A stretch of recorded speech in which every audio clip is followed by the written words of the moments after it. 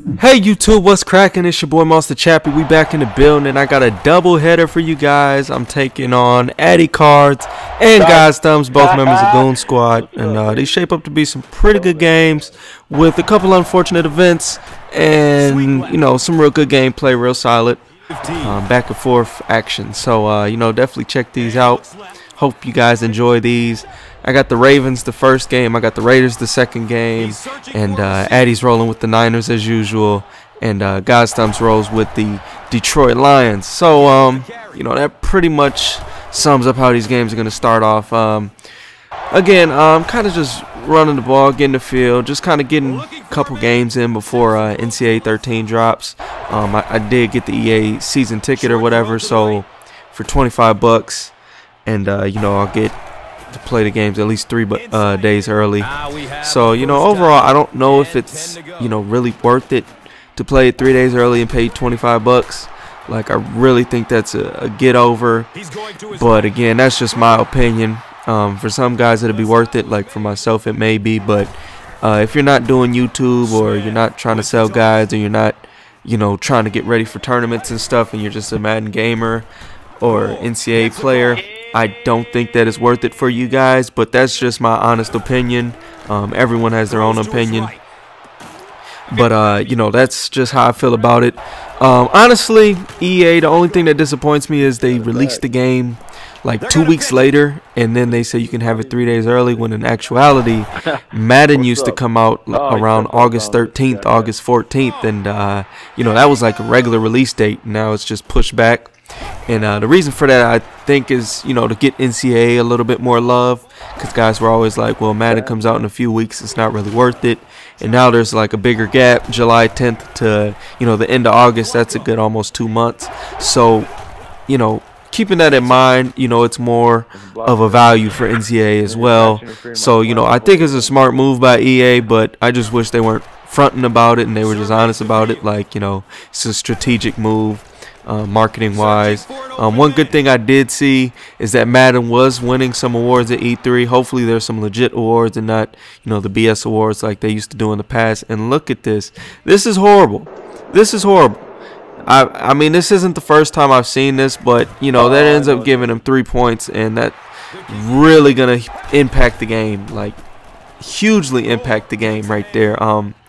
It's just something dumb. You call fair catch, and your guy he takes a few steps forward, and I'm not sure why he does that. I was being a little greedy, I'm not gonna lie, as far as trying to go pick up the ball.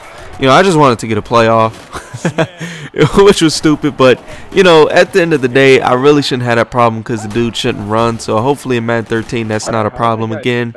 But I don't know if any of you guys have seen that, but you call fair catch, guy just takes off right after you call fair catch, and you're just kind of screwed.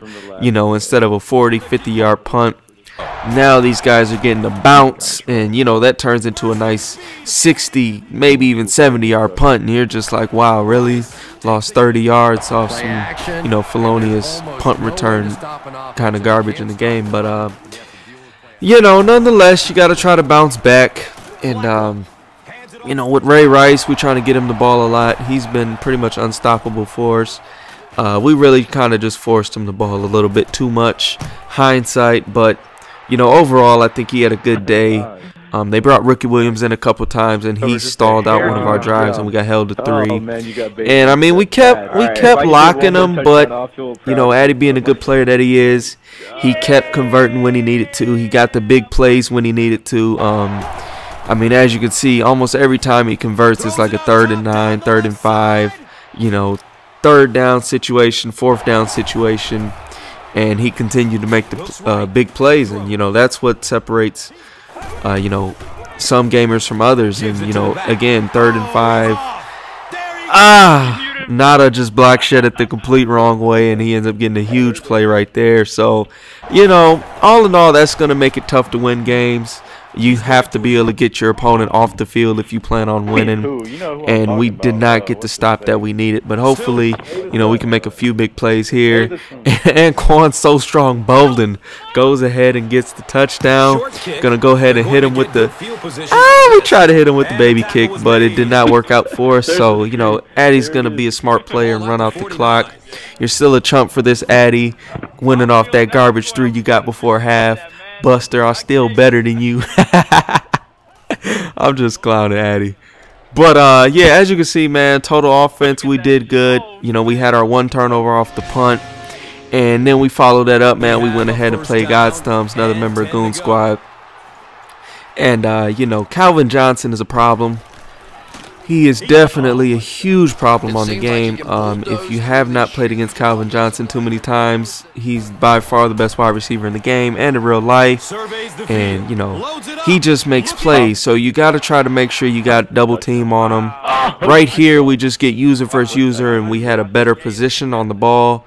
9 times out of 10, Calvin to come down with that. But due to the positioning we had on the field, we ended up getting that huge turnover right there. But again, running bad play calls and things like that, trying to pass it out of a run-heavy set. I don't know what the heck I was doing right there, but it didn't work out for us. And then also not setting our depth chart. We got little Jacoby Ford trying to throw passes to him, and that's never a good idea. He's way too small to be trying to get the rock.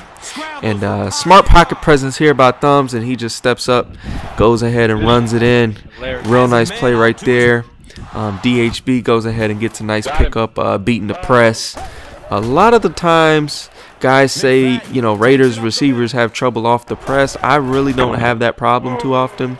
As you can see here, we got loose, but, you know, Madden being Madden, they did not want me to get that touchdown. Probably should have threw a bullet pass, but y'all know how it be sometimes.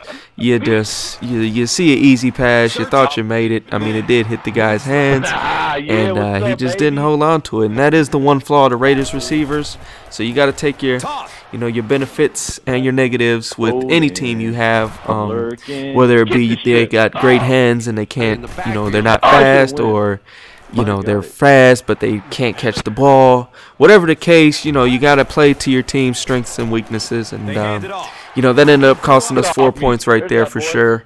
Definitely could have been a critical turning point right there in the game. And you know, that makes a big difference overall. Now, one thing I will say, man, is the critical times in any game are going to be, you know, right before half and right near the end of the game, because obviously near the end of the game, you know, that's when the game's finalized. But right before half, big plays, you know, points given up, you know, you scoring points with a couple seconds left are really big, and they're really going to make a huge impact on the game. And right here, Calvin just... It is Calvin, and he beat us over the top. Can't even complain about that one, man. No safety help, really. And, you know, Van Dyke just got ate up a little bit. You know, I can't even be mad at him. But right here, we're just going to go ahead and try to get, you know, a touchdown before half. There's about 40 seconds left. 20 seconds here. We get off the press. We go ahead and throw it over top to DHB. And, you know, he gets an unfortunate animation defensively. So we get the ball on the 1. Go ahead and fullback dive that in. And here we are, man, just trying to shut him down, get past halftime, and he gets a nice pass right there. So, you know, here he is again trying to get a nice little pickup to get 3. But instead, he lobs it over the top, over my quarters, 3-man deep, and he beats me. Oh, that sucks.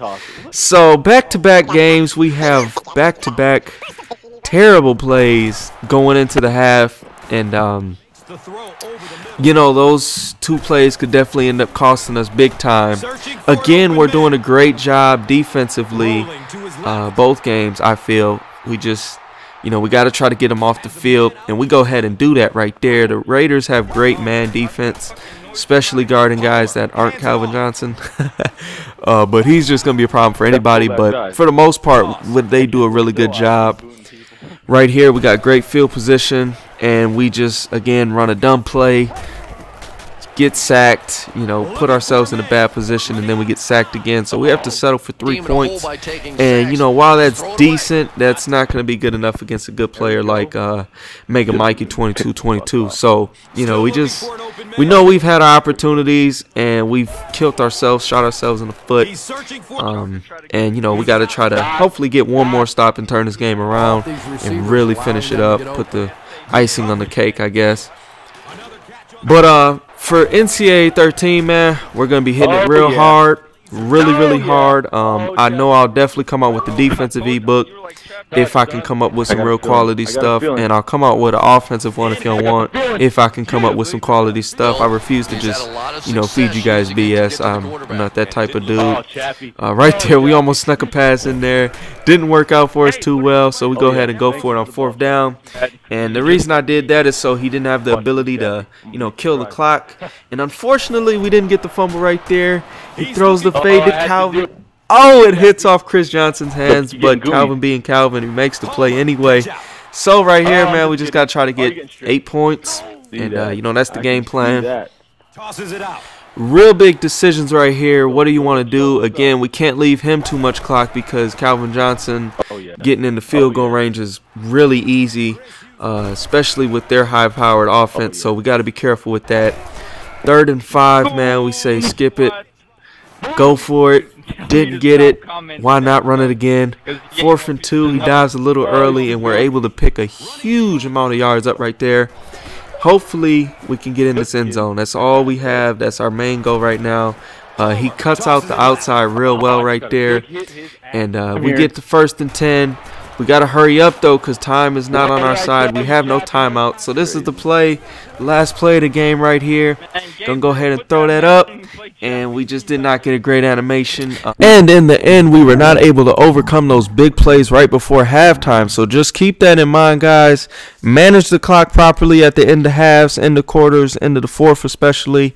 And, you know, it'll make a huge impact on your game, especially impact on the possession game. And we all know Madden is a game of possessions. 1 or 2 is going to be the critical difference between winning and losing. Hope you guys enjoyed this. Be sure to check out both of those guys' channels and let them know I sent you. If you enjoyed this video, leave it a thumbs up. And until the next time, man, y'all go ahead and get y'all some sleep and enjoy the summer.